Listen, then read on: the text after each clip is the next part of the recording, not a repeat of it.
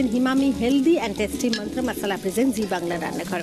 আর আমাদের জি বাংলা রান্নাঘরে চলছে মহাদেবের মহাভোগ। আর মহাদেবের মহাভোগে আমাদের প্রথম অতিথি হচ্ছে খড়গপুর থেকে পূজা। পূজা চলে এসো দিদি। আচ্ছা, মহাদেবের মহাভোগে আজকে পূজা এসেছে, পূজা কি বানাচ্ছে? একটা হচ্ছে কাঁচা মুগ ডাল মাখা, যেটা আমি অঞ্জলি দিয়ে এসেই তারপরে খাই সন্ধ্যেবেলা। আমরাও খাই। তারপরে মুগ কলাই কুমড়োর ছক্কা। রান্নাঘরে আমি গিয়ে দুটি রান্না করেছিলাম, তার প্রথম পর্বটা আপনারা সবাই দেখেছেন, আর দ্বিতীয় যেই রান্নাটা আজকে আপনাদের সাথে আমি শেয়ার করব। পূজাস ফুড ব্লগে আপনাদের সবাইকে স্বাগত। ফোড়নের জন্য লাগবে গোটা জিরে, শুকনো লঙ্কা, তেজপাতা। ছোলাকে সেদ্ধ করে ভেঙে রেখেছি, গোটা মুগ কলাই সেদ্ধ করা, আদা বাটা, নারকেল কোড়া আর মিষ্টি কুমড়োকে ডুমো ডুমো করে কেটে রেখেছি। আর ঘি লাগবে, রান্নাটা পুরোটাই ঘিয়ে করব। এর মধ্যে প্রথমে আমি ঘি দিয়ে দেবো। এই রান্নাটা আপনারা ঘিয়ের জায়গায় রিফাইন্ড অয়েল দিয়েও করতে পারেন, কিন্তু এই রান্নাটায় ঘি খুবই সামান্য পরিমাণে লাগে, আর ঘি দেওয়ার জন্য রান্নার টেস্টটা খুবই বেড়ে যায়। এবারে ঘিটা গরম হলেই আমি ফোড়ন দিয়ে দেবো জিরে, শুকনো লঙ্কা, তেজপাতা। ঘিয়ের মধ্যে সব ফোড়নগুলো হালকা গন্ধ আসা অবধি ভালো করে নাড়াচাড়া করবো। আর ঘিয়ের মধ্যে ফোড়নটা ভাজা হচ্ছে তো খুবই সুন্দর দেখবেন একটা গন্ধ ছাড়বে। ফোড়নটা হালকা লাল হয়ে গেলে আমি যে আদা সামান্য বেটে রেখেছিলাম ওই আদা বাটাকে দিয়ে দেবো। আদা বাটাকে দিয়ে ভালো করে কষাবো, আদাটা একটু ভাজা ভাজা হওয়ার পর্যন্ত। আমার ভিডিওটি যদি আপনাদের ভালো লেগে থাকে আমার ভিডিওটিকে লাইক করে দেবেন, শেয়ার করে দেবেন, আর চ্যানেলটিকে অবশ্যই সাবস্ক্রাইব করে আমার পাশে থাকবেন। আদা বাটা আমার হালকা ভাজা হয়ে গেছে, এর মধ্যে আমি সামান্য নুন দিয়ে আমার যে মিষ্টি কুমড়ো ডুমো করে রেখেছি মিষ্টি কুমড়োটাকে এর মধ্যে দিয়ে দেবো। রান্নাঘরে খুব কম টাইমের মধ্যে সব রান্নাগুলি করতে হয় বলে ওখানে বেশিরভাগ জিনিস ভাপিয়ে ভাপিয়ে ইউজ করে।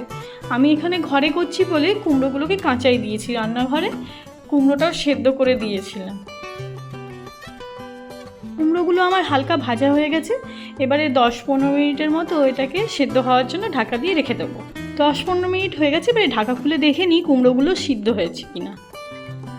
দেখুন খুব সুন্দরভাবে আমার কুমড়োগুলো সিদ্ধ হয়ে গেছে। এবারে বাদ বাকি যে জিনিসগুলো ছিল আমি এগুলো এক এক করে দিয়ে দেবো। এতে সামান্য একটু প্রথমে আমি হলুদ গুঁড়ো দেবো, খুবই সামান্য হলুদ লাগে।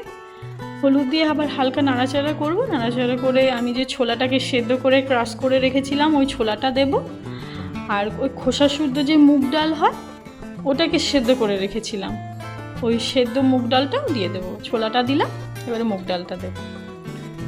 এগুলো দিয়ে ভালো করে নাড়াচাড়া করব। এই রান্নাটা খেতে এতটাই সুস্বাদু হয় আর খুবই অল্প মশলা দিয়ে তৈরি হয়ে যায়। এটা আপনারা টিফিনের জন্য রুটি পরোটা দিয়ে খেয়ে দেখবেন, খুবই টেস্টি হয় খাবারটা। এবারে আমি স্বাদ অনুযায়ী মিষ্টি দিয়ে দিলাম। কুমড়োর তরকারি দেখবেন একটু মিষ্টি মিষ্টি ভাল লাগে। এবারে আমি ওপর থেকে কিছুটা নারকেল কোড়া দিয়ে দেবো, আর খানিকটা নারকেল কোড়া রেখে দেবো, নামানোর আগে দেবো। এটা নিরামিষ যে কোনো দিনই আপনারা এই তরকারিটা রান্না করতে পারেন। আর লুচির সাথে তো এই কুমড়োর তরকারিটা খুবই ভালো লাগে খেতে। আপনারা লুচির সাথে বাড়িতে অবশ্যই বানিয়ে দেখবেন। নারকেল কোড়াটা দিয়ে আবার নাড়াচাড়া করে 5 মিনিটের মতো একটু রেস্টে রেখে দেবো। আমার তরকারিটা এবারে হয়ে এসছে।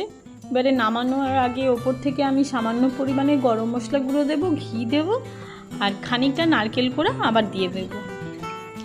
আমার রান্নাটা কমপ্লিট হয়ে এসছে। এবারে ওপর থেকে আমি গরম মশলা, সামান্য পরিমাণে ঘি দেবো, আর নামানোর আগে কিছুটা নারকেল কোড়া ছড়িয়ে দেবো ওপর থেকে।